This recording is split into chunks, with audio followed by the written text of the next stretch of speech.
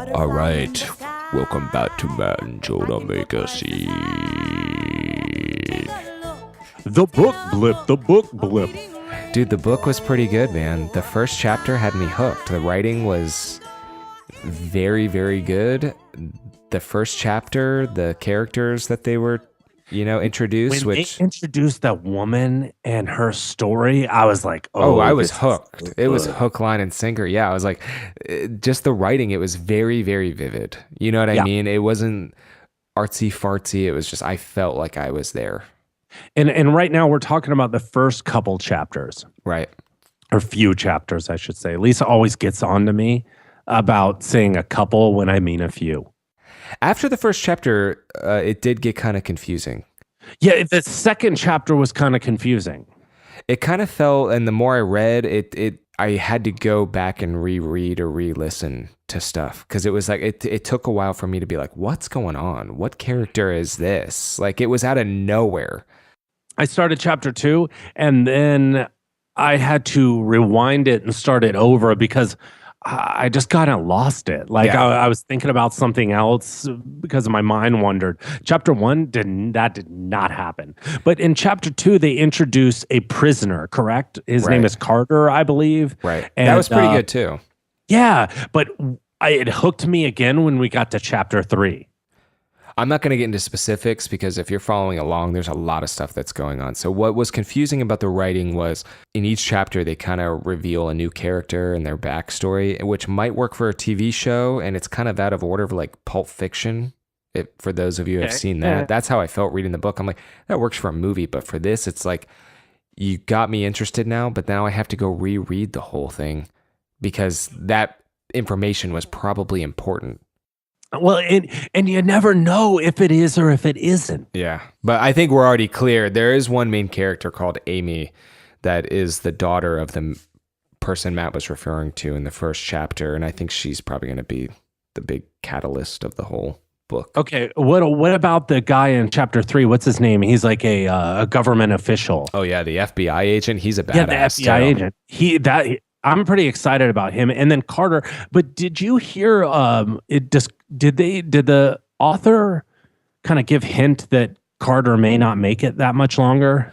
No. So what? Okay, we can get into specifics. So, just a little, not too much. So this guy in one of the chapters, this guy goes out on an exhibit to do research. What is it, in Bolivia in the Indies? Yeah. And he finds all these bats, and that was chapter 2. It gets really weird. It was and it's confusing. like emails corresponding back and forth between him and this girl that goes, like, his friend from Harvard. Yeah. But then all of a sudden they're like, okay, we're at the location we want to. So what they're doing is research on vampire bats and like this legend. And they find this statue. Yeah, but then all of a sudden these swarm of bats start coming up and like killing everybody in their research group.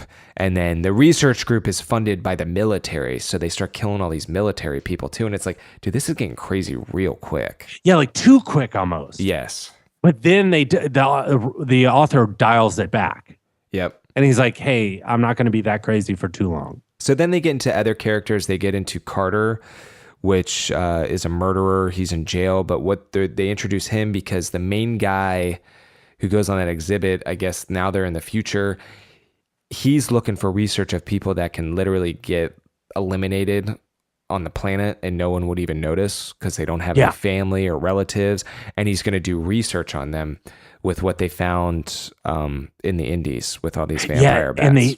And without giving too much away, they found, I got to say this because this is going to make people want to listen. They found this drug, or they're trying to develop this drug that helps you live essentially forever. Yeah. So it's like being a vampire. But they keep referencing Noah living to 900 and something years old. Yeah. So maybe there's probably hidden meaning in that. There's also a nun character that takes this Amy girl in. Yep. There is another character, which kind of reminded me of the short story we listened to last week. And he's the one who works in the actual facility where they do all the testing on these people turning into bats, which is pretty interesting. I haven't gotten there yet, Jonah. Okay. Is that in chapter 3? It's chapter 4. Oh, see, I'm not there yet. behind. So this week we've got a lot of reading to do, but it's Oh, not yeah. too late for you to start to read with us. No, I It's the think if you're passage. listening to the book, you better be listening to and from work. If you're listening to it, if you're reading it, I think you'll read it a lot faster because it was averaging like 3 minutes a page listening to it. Yeah, and all you have to do in order to do this with us is cut one of your TV shows and read during that. The writing's good. I don't like the unbalanced format. I'll say that much so far. Well, I'm not giving too much credit to that because I think it's the beginning and I'm sure it's going to all tie together. So I'm not too worried about it yet. Hopefully it'll tie together sooner than later. Right. And we will find out more next Yeah. week. If you're listening to this for the first time and you don't know what we're talking about, each week we review a top five, which is an album, a book, a movie, a food, and a drink. And this is all for our podcast, Matt and Jonah Make a Scene. If you're curious about us, go to mattandjonah.com and you can listen to our weekly podcast on iTunes or wherever else you listen to podcasts.